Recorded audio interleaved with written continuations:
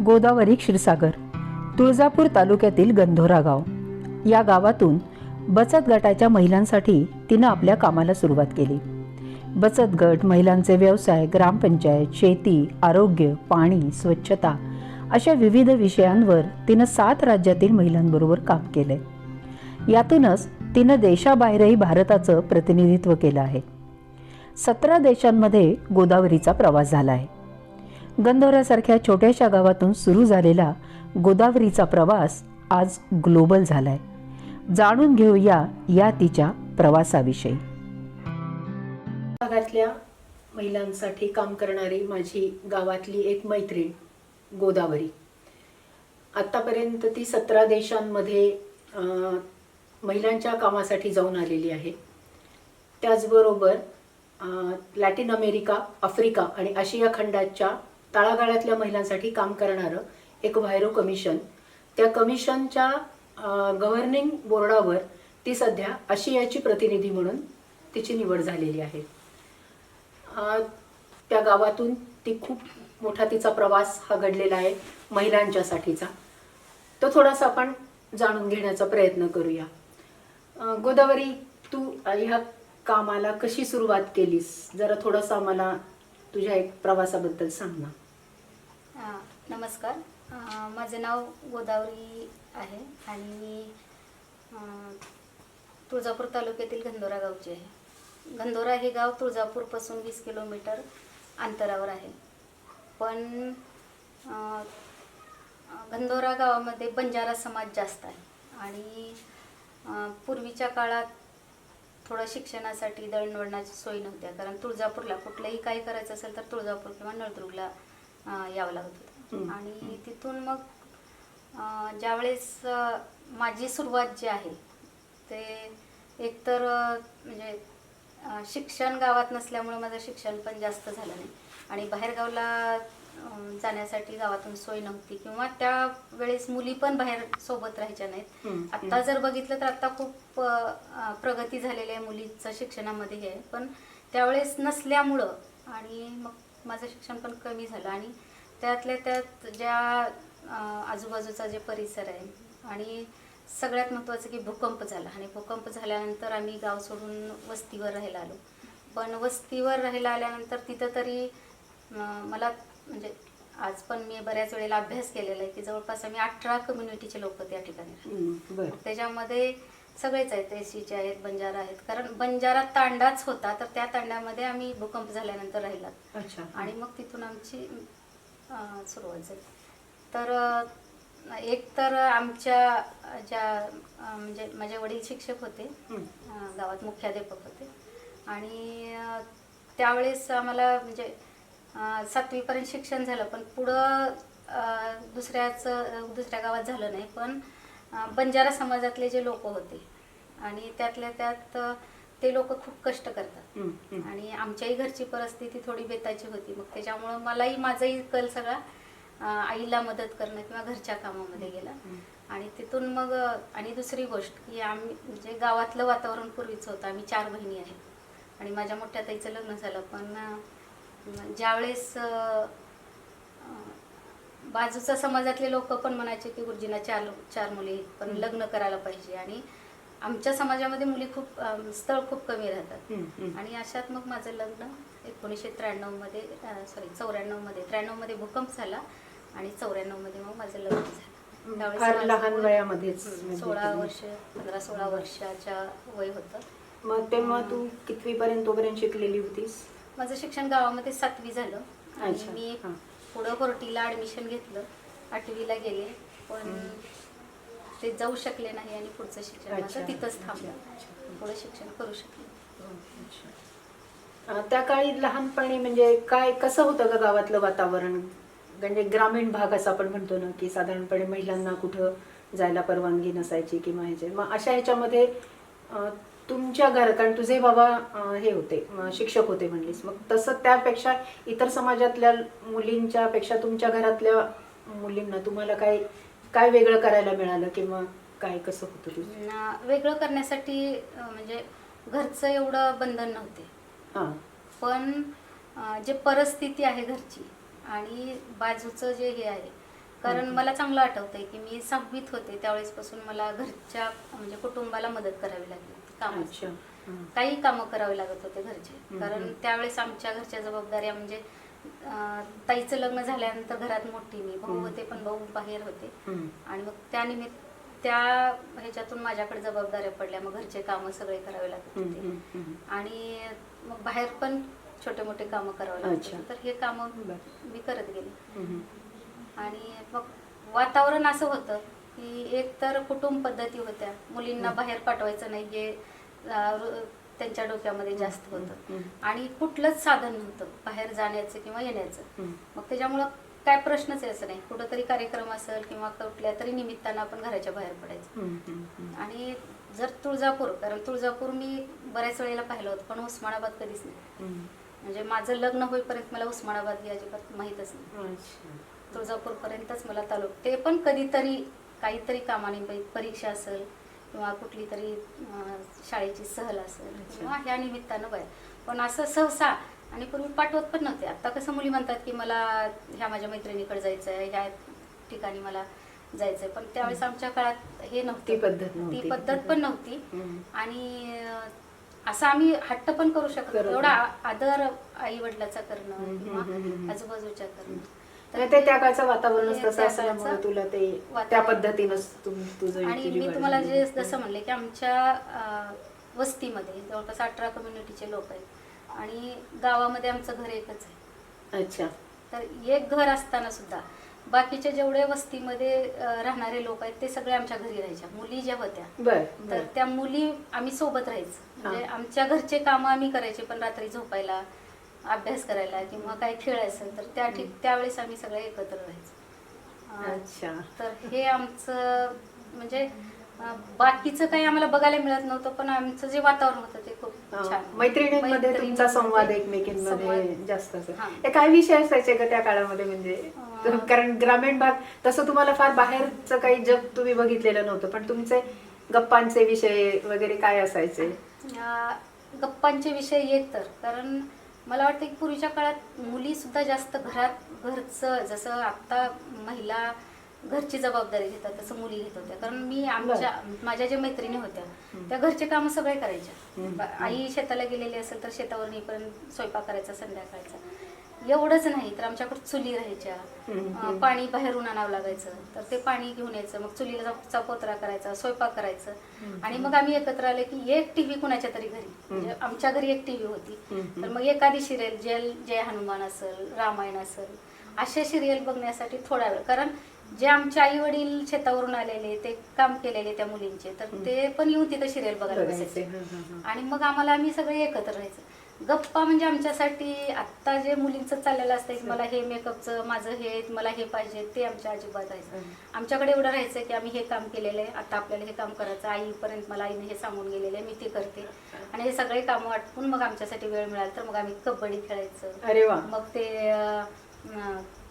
हे आट्यापाट्या, लंगडी आणि ते हे जे खेळ असले झाडावरचे सुरपारंबे असले जे खेळ होते ते आम्ही मग मस्त तिथं त्याच्यामध्ये म्हणजे त्याच्यासाठी पैसा पण लागत नव्हता आणि आमचा वेळ जो आहे तो वेळ आम्ही त्याच्यातून काढला. मग अशी तुझं लग्न 8वीत असतानाच लग्न झालं त्याच्याबद्दल आपलं चाललं होतं मध्येच मी माझं लग्न झालं 8वीत असताना आणि मला सासर भूम तालुक्यामध्ये अंजनसोंडा गावात दिलं. माझे मिस्टर सोलापूरला होते आणि 4-5 वर्ष म्हणजे आमची तिकडचं सासरचंही घर की म्हणजे इथंही सांप्रदायिक घराणा होता. वडील माझे माळकरी होते आणि इथलाही सांप्रदायिक घराणा इथंही आम्हाला सुरुवातीपासून कारण मला चांगलं आठवतंय मी 4थीत असताना मला माळ घातलेली. बरं. कारण आमच्या सगळ्या बहिणींना आम्ही त्यावेळेस आमच्या वडिलांनी कारण गंधोऱ्याच्या जवळच एक देंडेगाव आहे आणि देंडेगावमध्ये खूप जुनं शिवरामबुवाचं मंदिर आहे तर तिथं आमची वारी असायची शिवरात्रीला आणि आम्ही तिथं गेल्यानंतर आम्हाला सगळ्याच बहिणींना माळ घातली आणि खूप म्हणजे वडील सांप्रदायिक होते, माळकरी होते आणि 27 वर्ष त्यांनी गंधोरा ते पंढरपूर पायी वारी केली. अरे वा. आणि हे आमच्यावर म्हणजे सुरुवातीपासून धार्मिक संस्कार होते, पण मला सासरी मिळालं की त्याच पद्धती. बरं. सासरमध्येही सगळे माळकरी प्रवचन करणार, भजन करणार. पण तिथली थोड्या दिवसातच आम्ही सोलापूरमध्ये राहायला आलो, वाहनाचा व्यवसाय असल्यामुळे. आणि सोलापूरमध्ये आल्यानंतर मला 2 मुलं पण झाले. मोठा 2.5 वर्षाचा आणि लहान 6 महिन्याचा. त्यांचा ते एक्सपायर झाले. आणि मग त्यात म्हणजे तो जो धक्का होता, कारण माझं त्यावेळेला वय होतं 19 वर्ष.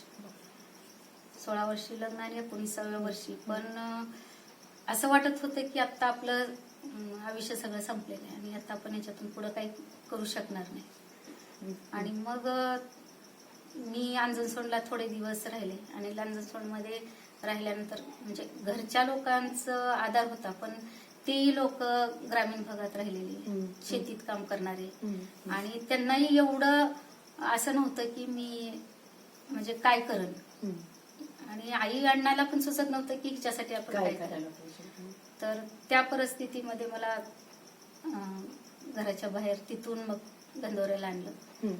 आणि गंधोऱ्यात आल्यानंतर 2 वर्ष तरी मी घरामध्येच होते. मग जे सुरुवातीचे दिवस होते तर त्यावेळेस मी घरातच हे केलं. कारण गावात बचत गटाचं काम मोठ्या प्रमाणात होतं.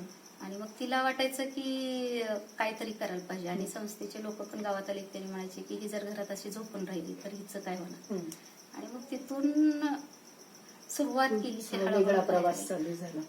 हा, बाहेर येण्याचा प्रवास चालू झाला. मनातली भीती होती. तर सुरुवातीचे 2-3 वर्ष खूप मनात भीती. पण त्या काळामध्ये मग तुला नेमकं या प्रवासाच्या काळामध्ये तू काय वेगळं शिकलीस? शिकले अगोदर 6 महिने. आणि 6 महिन्याच्या नंतर मग असा प्रवास चालू झाला. आणि त्या शिक्षणाचा फायदा हे मग माझ्या लिडरशिपमध्ये आला. अच्छा. कारण मी एकच गाव नाही घेतलं. हा. जसं की सलगरा परिसरातले गाव आहेत, कारण एका परिसरामध्ये 10 गावं राहायचे. आणि मग त्या निमित्तानं त्या गावात काम करण्यासाठी जावं लागलं. पण फक्त सलगराच परिसरमध्ये नाही करायचं. सलगराच्या साईडचा जो परिसर आहे काक्रंबा, तर त्या परिसरमध्ये पण जायचं. जळकोट परिसरमध्ये. म्हणजे नेहमी जिथं आणि तिथं गेल्यानंतर वेगळं वेगळं शिकायला मिळायचं. आपण आत्ता इथं गेलं तर आपल्याला नवीन काहीतरी माहिती मिळायची.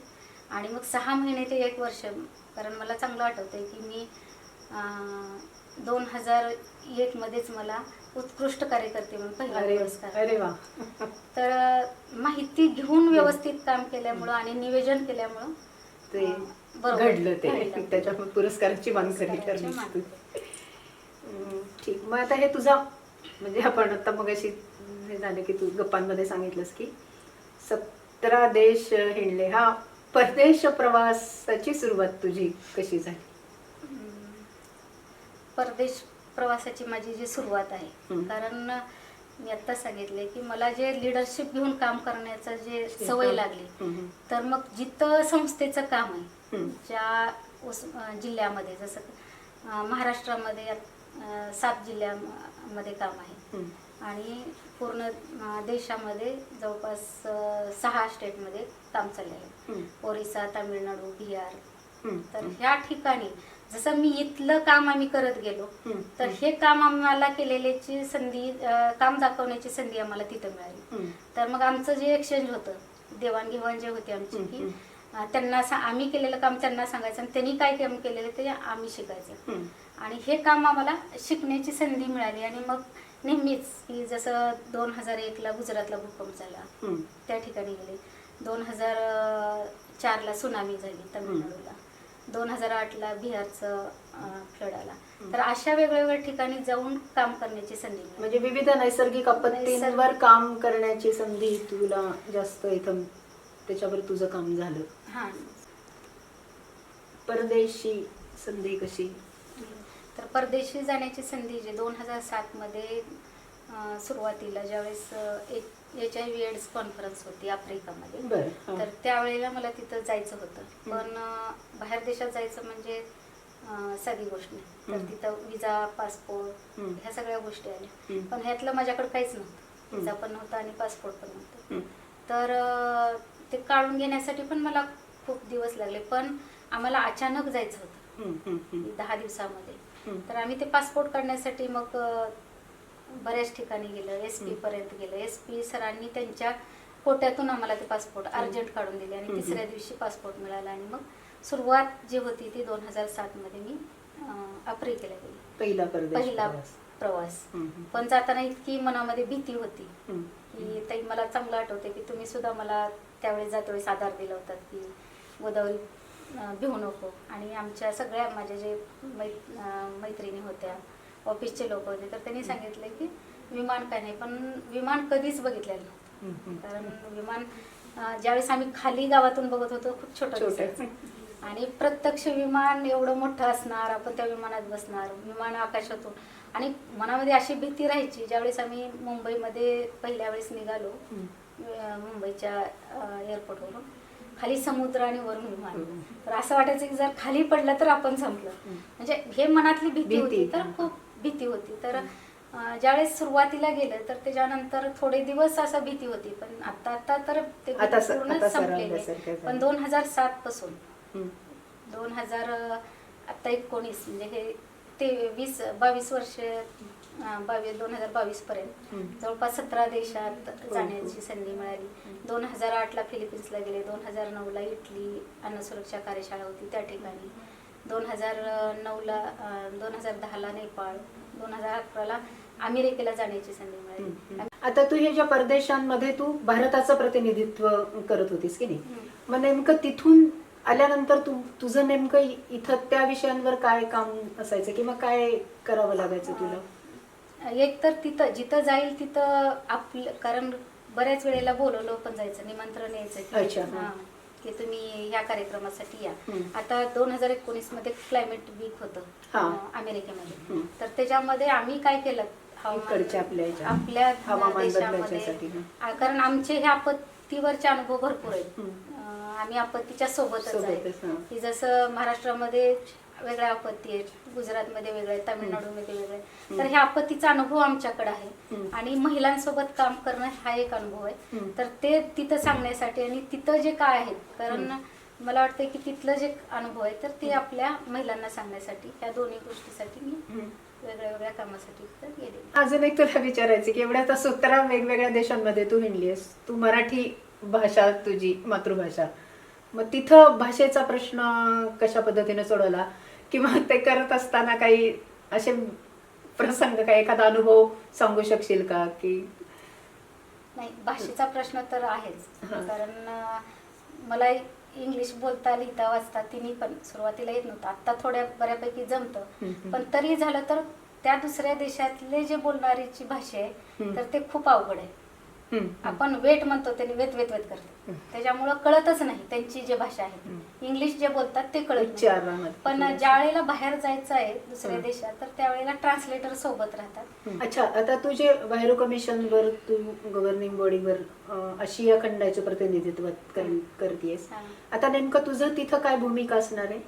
आता जेवढे आशियामधले जेवढे देश आहेत, आमच्या जवळपास 9 देश आहेत. अच्छा, ह्या 9 देशामध्ये आम्ही ज्या महिला आहेत, तर आम्ही महिलांच्या काय गरजा आहेत किंवा महिलांना पॉलिसीमध्ये कुठल्या हे आहेत, तर हे बघण्यासाठी आम्ही आमच्या पातळीवर जे काम करतो तर ते प्रत्येक संस्थेला सपोर्ट पण करणं की कुणाकडे काय नाही. आणि हे जे आम्ही जे कमिटी केली आहे, RCC कमिटी, तर ह्या कमिटीच्या माध्यमातून की जे मेंबर आहेत तर त्या मेंबरच्या माध्यमातून कसं काम पुढं घेऊन जायचं आपण. अच्छा, आणि ते काम त्यांनी कसं करायला पाहिजे. आता सगळ्या, कारण व्हायरो कमिशनचा उद्देशच आहे की ग्रामीण भागातल्या महिलांनी केलेल्या कामाची मांडणी कुठेतरी व्हायला पाहिजे आणि त्यांना काय अडचणी आल्या तर त्यांना सपोर्ट करायला पाहिजे. कारण त्यांचं एकच आहे, महिलांचं संघटन आहे, महिलांचं नेटवर्क आहे आणि पार्टनरशिप कशी करायची आणि बेस्ट प्रॅक्टिस, महिलांनी केलेले जे कामाच्या बेस्ट प्रॅक्टिस आहेत तर ते कसं मांडता येते, प्रेझेंट करायचंय. तर हे ते प्रतिनिधी या नात्याने तू भूमिका असणार. आणि मग ज्यांना काही अडचणी आहेत त्यांना सपोर्ट काय तुला 94 मधल्या ग्रामीण भागातल्या महिला आणि आज आता 2022 मध्ये म्हणजे हा जो प्रवास आहे, तुला काय बदल जाणवतात महिलांमध्ये? पूर्वीच काय होतं की महिलांना बाहेर काढणं आणि काही काम सांगितलं, काही एखादी गोष्ट करायची असेल तर महिलांना जर विचारलं तर त्या म्हणायची थांबा मी माझ्या मिस्टरांना विचार. पण आज जो बदल आहे तर आज महिला स्वतःचे निर्णय घेतात आणि त्यांच्या हातामध्ये पैसे पण आहेत आणि त्या स्वतः करतात. विचारण्याची त्यांना गरज. असं नाही की आम्ही पण पुरुष आणि महिलांना वेगळं करत नाही, कारण महिला आणि पुरुष एका गाडीचे दोन चाक आहेत आणि ते दोघं असेल तरच कुटुंब चालतं. पण तरी पण महिलांचा निर्णय स्वतःचा आहे, कारण त्यांच्या वैयक्तिक तर नाहीतर पूर्वी त्यांच्यासाठी घरच्यांचा निर्णय घ्यावा लागायचा. आता ते राहिलं नाही आणि महिला व्यवसायात जास्त उतरलेत, लिडरशिप मध्ये आहेत आणि फक्त गावातच न बसून राहता त्या गाव तालुका जिल्ह्यापर्यंत स्वतः महिला येऊन गव्हर्नमेंटच्या ऑफिस असतील किंवा कुठल्या ठिकाणी जायचं असेल तर तिथं महिला स्वतः जातात आणि ते आता म्हणजे एक तर त्यांचं हे नेटवर्क पण वाढलेलं आहे, सगळं सोशल मीडिया असेल त्यांच्याकडचं हे, त्याच्यामुळेही आता जास्त झालेलं आहे आणि महिला स्वतः करायला. म्हणजे निर्णय प्रक्रियेत त्यांचा खूप महिलांचा मोठा सहभाग सहभाग खूप आता सुरू झालेला आहे सुरू असं म्हणायला काही हरकत नाही. आता मला थोडस तुझ्याबद्दल हे करायचं आहे की तुझ्यात नेमका तुला काय बदल जाणवतोय किंवा तुझ्या या सगळ्या ह्याच्यामुळं तुझ्या कुटुंबामध्ये सुद्धा काय बदल घडत गेले? मी आणखीन एक थोडं, तुम्ही आत्ताशी मला एक प्रश्न विचारला होता, ह्या प्रश्नाचं मी उत्तर देते. पण ज्या वेळेला मी बाहेर जायचं होतं, कारण मला माझी ताई मोठी अक्कलकोट तालुक्यामध्ये भंगारखिनी ह्या गावात दिलेली आणि तिथं मी गेले तर माझ्या ताईची मुलगी सहलीला पाठवायचं होतं. तर ताईला असं वाटलं की मुलींना परत बाहेर पाठवत नाही आणि तिला सहलीला आपण पाठवायला पाहिजे, आत्ताच हे आहे संधी. तर आमचे भाऊजी आहेत तर ते भाऊजीने म्हणले की आपल्या समोर उदाहरण आहे गोदावरीचं. 10 वर्षापूर्वी जे झोपलेली गोदावरी होती, आपण तिच्याबद्दल विचार करत बसलेलो होतो आणि आज तिचं बघ, कारण संधी कुणाला कधी मिळेल सांगता येत नाही आणि त्या गोष्टीचा मला खूप हे आहे. आणि आमच्या तुम्ही जे आत्ता म्हणलात की पूर्वीची गोदावरी ना आताची गोदावरी, पूर्वीची गोदावरी ही एका गावापुरती एका घरात एका ठिकाणी बसलेली गोदावरी. पण आज मला म्हणजे सगळेजण म्हणतात की गोदावरी बिहारमध्ये पण यायला पाहिजे, वाहत तिकडं पण व्हायला पाहिजे तिकडंही, आणि म्हणजे वाहते तर वाहतेच पण सगळ्या ठिकाणी राहते. कुठेही गेलं तरी महिला असं म्हणत नाहीत हा गोदावरी दिदी आहेत की मग आपण एक आधार मिळतो, एक आधार मिळतो. आणि मला घरच्यांचा पण खूप ह्याच्यामध्ये सपोर्ट मिळाला की कारण गावातून बाहेर जाण्यासाठी 3 किलोमीटरवर बसची सोय नाही आणि मला मग रात्रीच्या वेळेला येणं किंवा सकाळी लवकर जाणं, तर ह्याच्यात जे होते माझ्या वडिलांनी आणि माझ्या भावानी मला ह्याच्यात खूप सहकार्य केलेले आणि त्यांची मदत खूप मिळाली. आणि सगळ्याच ज्या आमचे नातेवाईक आहेत त्यांचाही सपोर्ट खूप होता की कारण काय असतंय की घरातून बाहेर चाललं किंवा महिला एक बाहेर एकटी फिराली तर सगळ्यांचे त्या महिलेबद्दलचे मत बदलतात. पण आमच्याने मला म्हणजे सगळ्या कुटुंबांनी मदत केली, तर त्याच्यामुळं मला पुढं ज्यावेळेस मी चालले तर त्यावेळेस त्यांनाही कौतुक वाटायचं आणि मलाही वाटायचं की मला सपोर्ट आहे. आणि त्याचबरोबर मग माझ्या कामातल्या ज्या मैत्रिणी तुळजापूर तालुक्यातले जे महिला आहेत, जसं अर्चना असेल, शैलाताई असतील, सुरेखा, त्यांनी खूप मदत केली. तू कर आम्ही तुझ्या बरोबर आहे, पाठीमागं नाही, तुझ्या बरोबर आहे. तर हे जे मला त्यांचं प्रोत्साहन मिळत गेलं त्या ह्याच्याने मी आतापर्यंत येत आहे. आणि आता मग हे तर बायरो कमिशनच्या ग्लोबल म्हणजे ग्लोबल गोदावरी मनाला सुद्धा काही लोकल ते ग्लोबल नाही. मला जे बायरो कमिशनचे जे शाणे दिदी आहे तर त्यांनी ग्लोबल नाव माझं करून दिले, नामकरण झालेलं आहे. अच्छा, खूप छान. म्हणजे तुझा एका छोट्याशा गावातून सुरू झालेला हा प्रवास अतिशय थक्क करणारा आणि आम्हाला सगळ्यांनाच काही ना काहीतरी शिकवून जाणारा आहे. आणि खूप छान वाटलं तुझी जडणघडण कशी झाली, तुझा प्रवास कसा ते तू खूप मनमोकळेपणाने बोललीस. खूप छान वाटलं.